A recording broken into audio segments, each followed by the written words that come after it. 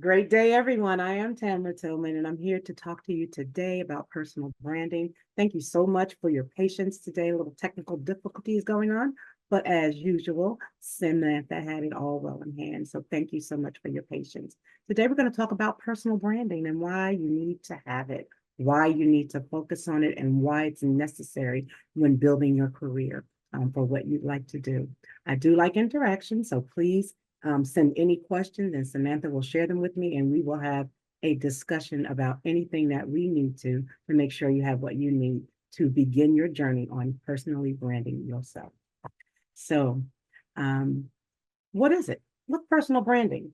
So, there are several definitions. It's the practice of creating a brand around a person rather than a business entity. It is the conscious and intentional effort to create and influence public perception of an individual. So um, it's how you want to present yourself. It's about your reputation and your experience, and it's intertwined with your visibility that's in your circle of influence. And you want to make sure that you express that in every area of your life. So the last time we spoke about how you want to present yourself. You want to know what story you're going to tell before you even open your mouth. That is part of your personal branding. So, yes, how you want to present yourself with regard to how you dress, depending on whatever the situation is. We dress accordingly, but there's always some signature of yours that will always be remembered, right? And I think I spoke about how my signature normally when I come in, I'm into jewelry and fashion. That's my thing. That's just what I like to do. So we're going to get into that. So it's also used to help further people's careers because it positions you as an expert within an industry of area or area of interest. And this will elevate your credibility. So now let's talk about why it's important. What's the reason I need to consider personal branding?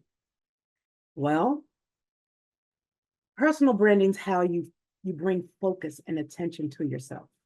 You spotlight the value that you bring to any audience. So whatever audience that you are presenting in front of, whatever, and it may not be a presentation, it may just be that you're in the mix. You might be at a networking event. So what focused attention are you trying to spotlight to that audience? It tells who you are, what your mission is, what your purpose is, and why an encounter with you would be far superior than any other choice. And so it's about that thing that each of us has, each of us was born with. There are gifts and talents that are innately in each of us. We're born with them. And hopefully, throughout your journey in life, you'll get to recognize what comes easy to you and brings you joy. And so those are the things that I focus on when I think about my purpose, when I think about how I want my brand presented. I think about how I want to edify those I'm in front of and how I would like to be edified. So it is a give and take exchange, but your personal branding has a lot to do with that. And you want to create the effect you want to have on others. In other words, what are you saying when you show up in a space?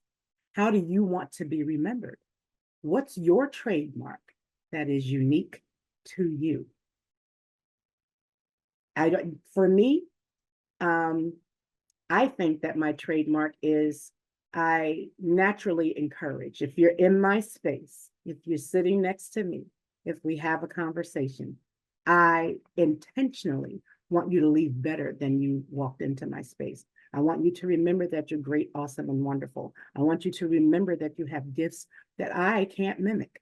We can share the same information, but because of your flavor, because of your brand, it is going to be unique to you. You need to discern what that is, tap into it, and walk in it.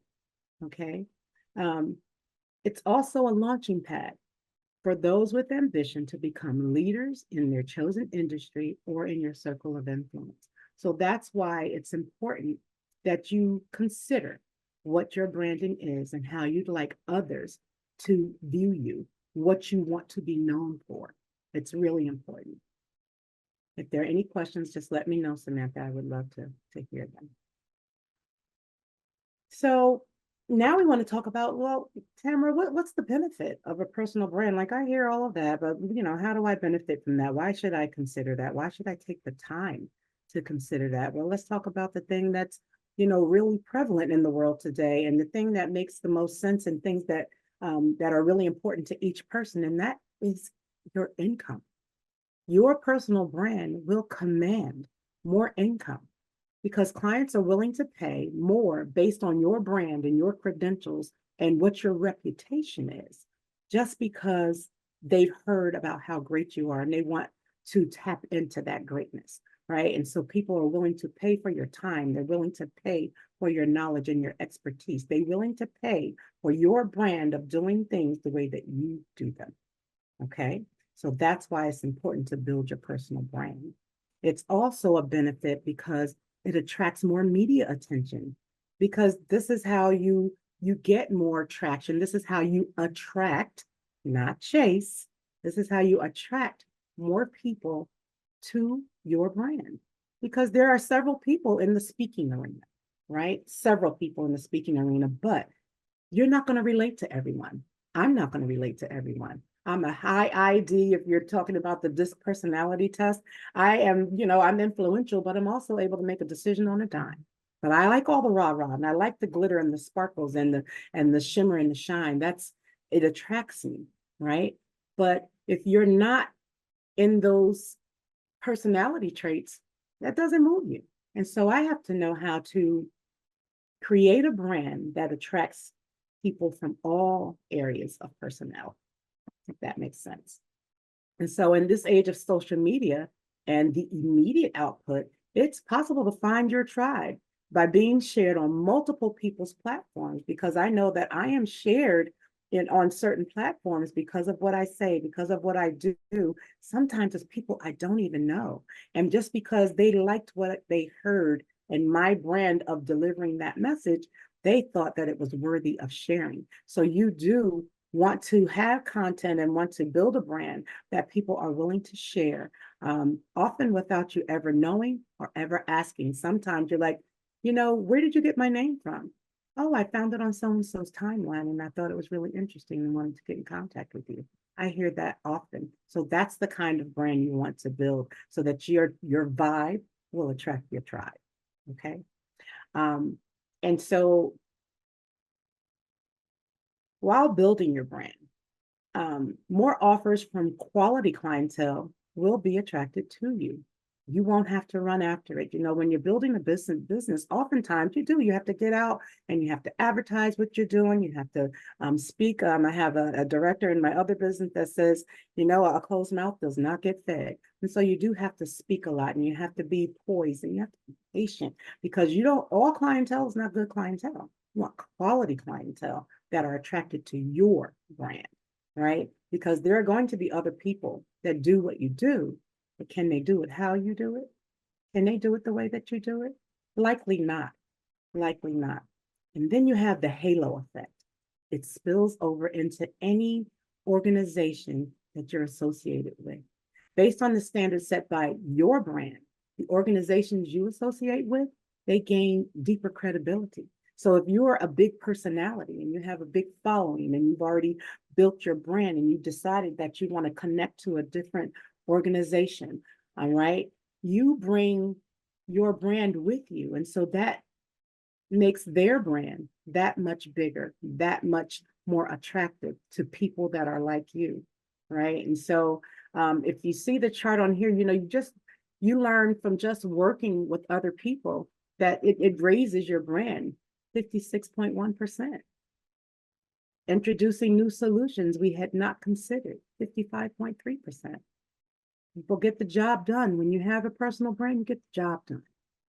Okay. And there you have an ability to solve complex problems. So these are all statistics that tell you why you need the brand and what the benefit of it is. And so all of these numbers tells you that for these particular things, it increases the impact of your brand. Okay.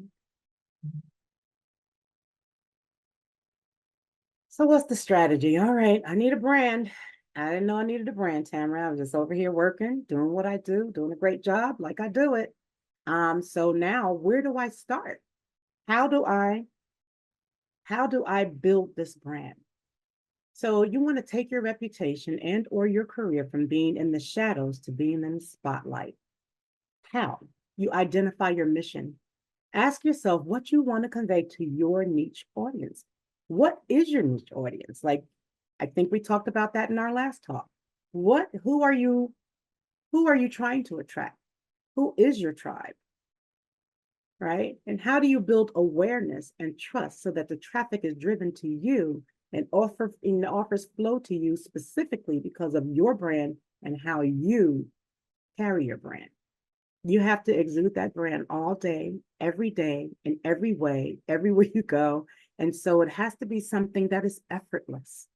Like when you get up in the morning, when you walk out of the door, it says, "This is my brand." And everyone that sees you knows that that is your brand. Your brand is speaking for itself before you ever open your mouth. So, what I did is I created an affirmation for my brand, or what I call an I story, that you present every time someone asks you, "So, who are you?"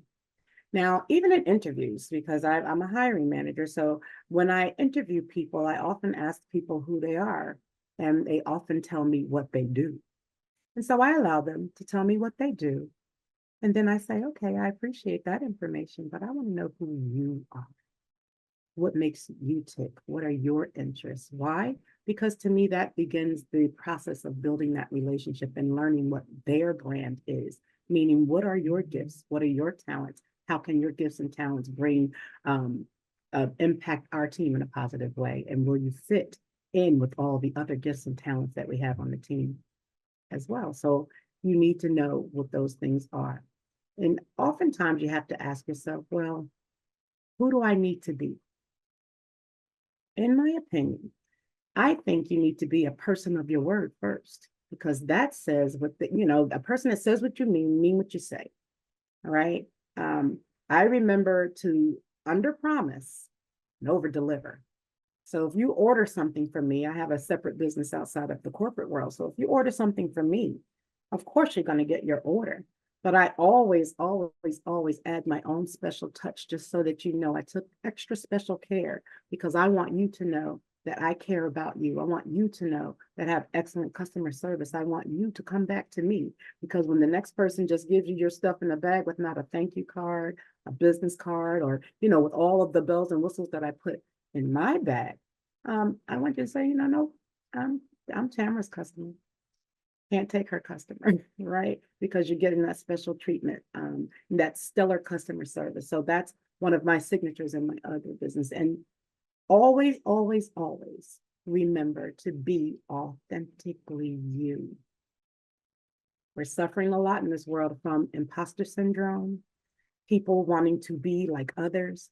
And the truth of the matter is, if I were to give you my gift, if I were to tell you my gifts and my talents, and I say, here, you can have them, you you might get away with using them, but they will not have the same effect because they're not for you, right? They're only meant for me. So even me wanting to share everything, even if I gave it to you, you could not use it the way it's intended to be used because it is not for you. We have to figure out what your gifts, what your talents are, and how you can be impactful in your circle of influence. And so that's what we'll be building here. You also need to be a person that is a continual and consummate student of your craft and expertise. Stay in the know for anything that pertains to your specific brand type. School is never, ever, ever out for the pro. You must be an expert in the brand that you're cultivating. You take action, be sincere. And oftentimes you'll find yourself, especially when you're starting to build, you're going to find yourself saying, you know what, I'm not sure. If you give me a moment, let me check on it and come back. Be sincere about what you do know, what you don't know, and what you're willing to do to be in the know. All right. It's okay not to know something. It's not okay to fake it until you make it in this instance. Right. So just know that you need to always, always, always be sincere, and just make sure that you're trustworthy and you study your craft. You need to be resourceful. You have to have the ability to find quick and clever ways to overcome obstacles, objections, and difficulties. And in each area of expertise, there will be objections, there will be pushback, there will be challenges. Nothing worth having is going to be what I call sunshine and skittles, right? It's not going to be that. It's going to be some joy.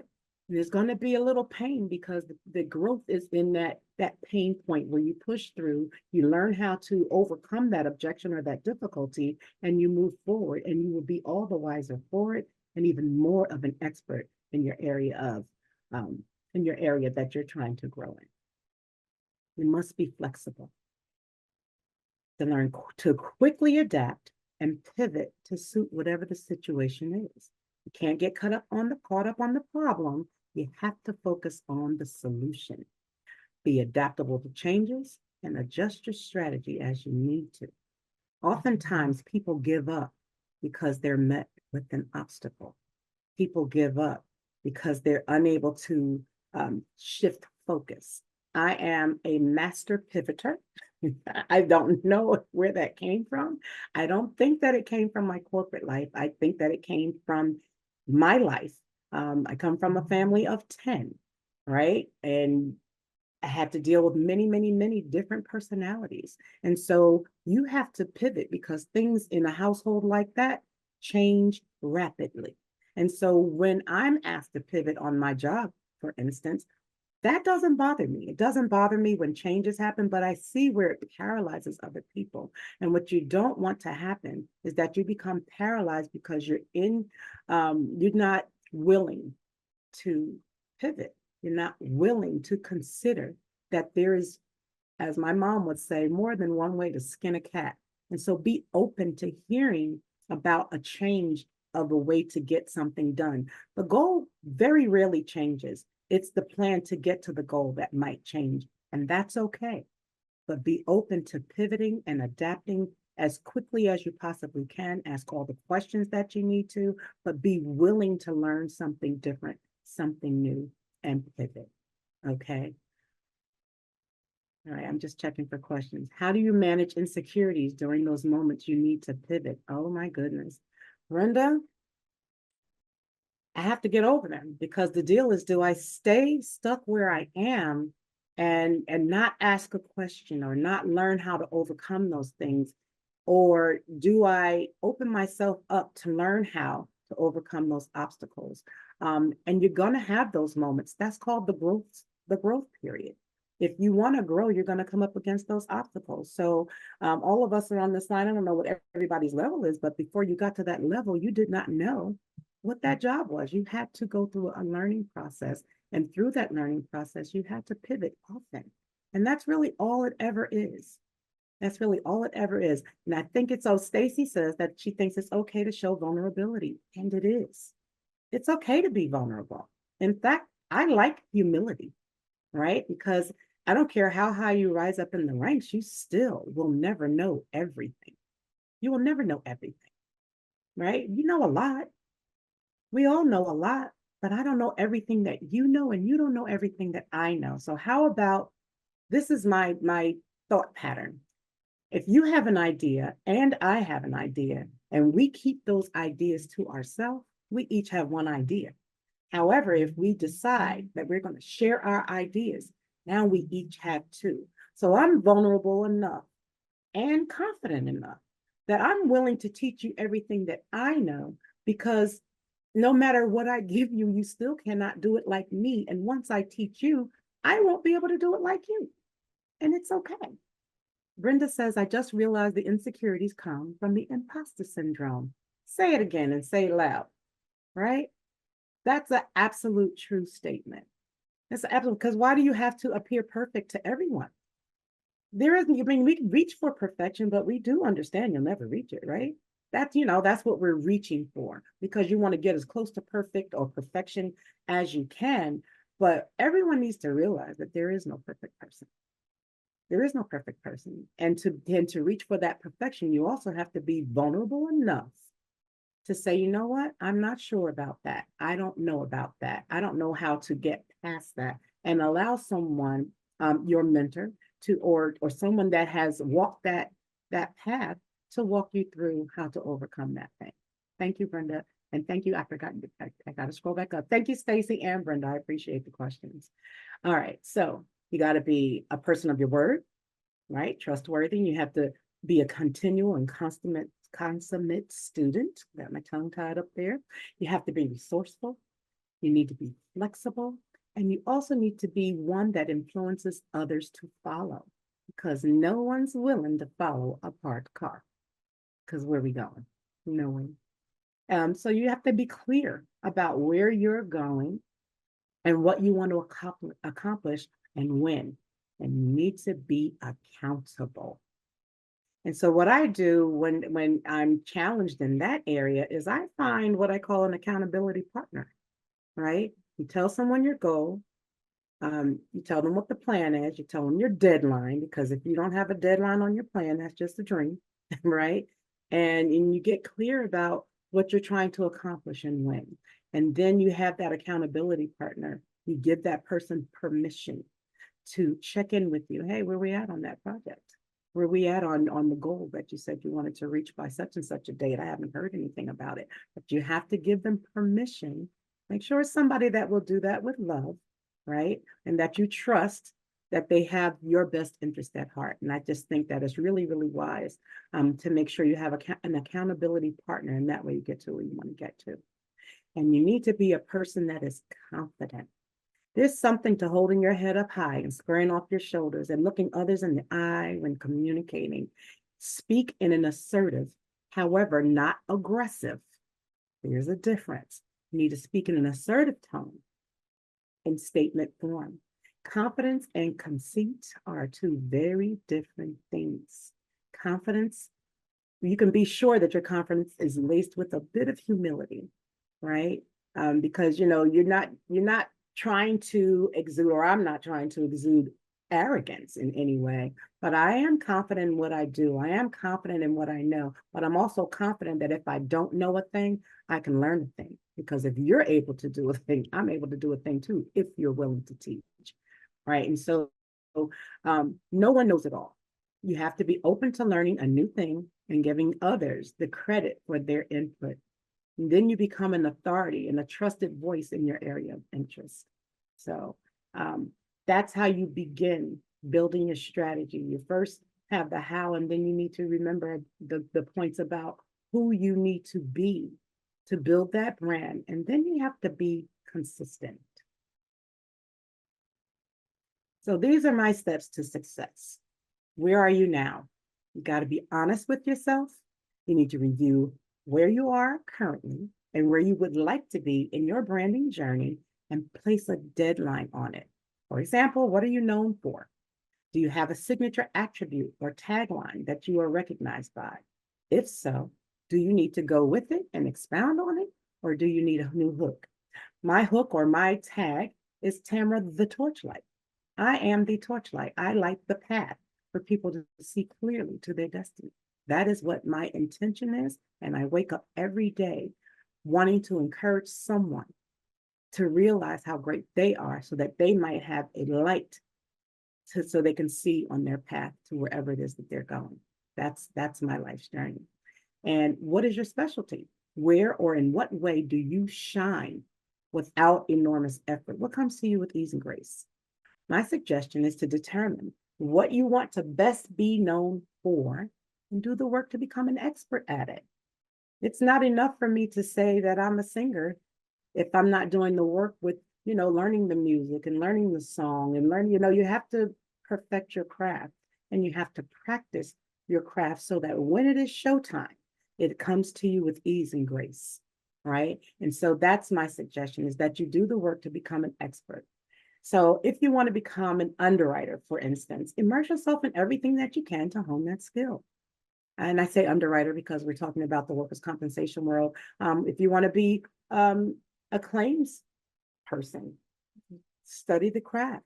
Ask someone like me, because I do claims. And so ask someone like me, well, what do I need to do to begin my claims journey? And I would give you a whole plan about how to go about working through becoming a claims adjuster, right? And I would teach you that from beginning to end, because see, if you have the will, I can teach the skill. All right. While you're learning, develop your own personal style of doing things. So as I'm teaching you by the book, it's just like a recipe. You ever get a cake recipe? And the cake recipe itself, if you follow it too, because you got to follow it, succinctly when you first do it. And cake is good. Cake is good.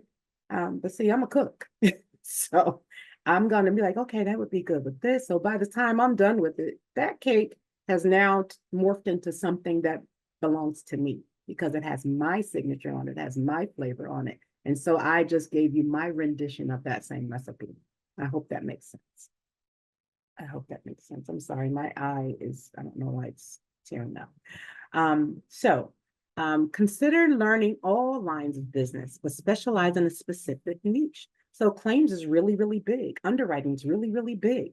And so the business that I'm in, our niche is asbestos abatement, construction, things of that nature. But we also have a business that we have entertainment. So you might like that more. So you got to figure out what niche speaks most to you. And then you specialize in that and study everything that is about that particular niche. So you'll be able to speak generally, but you'll also now be able to speak specifically to that niche that you want to master. You need to determine what you can do that is unique to you, that will allow you to stand out differently, not necessarily better, right? Because this is not a competition. Competition is only with you.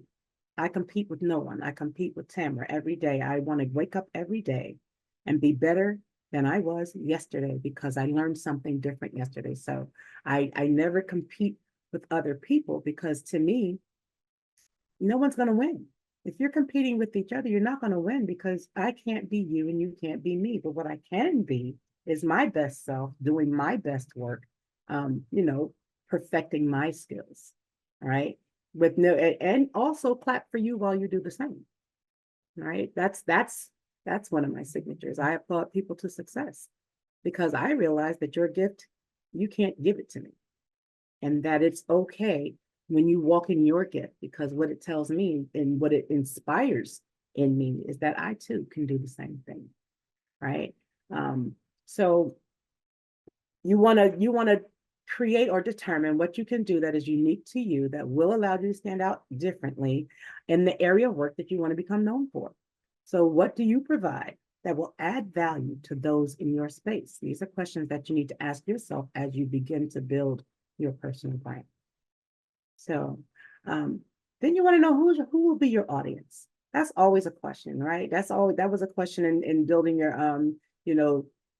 in the last class where we were talking about how you wanted to present yourself, but it's also important with regard to you building your brand, because as you're building your brand, you want to know what audience you're going to attract.